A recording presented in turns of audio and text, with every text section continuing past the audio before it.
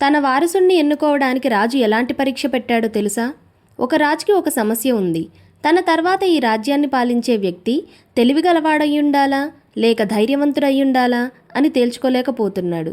కొంతసేపు ఆలోచించిన తర్వాత రాజు ఒక నిర్ణయం తీసుకున్నాడు. ఒకరోజు రాజ్యంలోని యువకులందరినీ పిలిపించి వారిలో ప్రతి ఒక్కరికి కొన్ని విత్తనాలు ఇచ్చాడు. వీటిని తీసుకెళ్ళి ఒక కుండలో నాటి 3 నెలలు పెంచండి.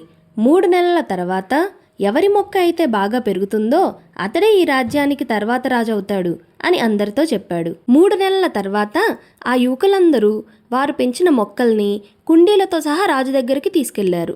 ఒక్క అరుణ్ కుండీలో తప్ప అందరి కుండీలలో మొక్కలు బాగా పెరిగాయి. అప్పుడు రాజు అరుణ్ దగ్గరికి వచ్చి, నీ మొక్క ఏమైంది అని అడిగాడు. దానికి అరుణ్, నేను విత్తనాన్ని నాటి రోజు నీళ్లు పోసి ఎండలో ఉంచాను, చివరికి మట్టి కూడా మార్చాను, కానీ విత్తనం మాత్రం మొలకెత్తలేదు అని బాధతో తలవంచుకుని అన్నాడు. అప్పుడు రాజు అరుణ్ భుజాన్ని తట్టి, ఇతనే ఈ రాజ్యానికి కాబోయే రాజు అని అందరి ముందు ప్రకటించాడు. నేను మీకిచ్చిన విత్తనాలు ఉడికించినవి, అవి ఎప్పటికీ మొలకెత్తవు. నేను మీ నిజాయితీని పరీక్షించడానికి ఇలా చేశాను. కానీ మీ అందరూ మొక్కల్ని తీసుకొచ్చి ఈ పరీక్షలో ఫెయిల్ అయ్యారు. కానీ అరుణ్ మాత్రం నిజాయితీగా ఖాళీ కుండనే తీసుకొచ్చాడు.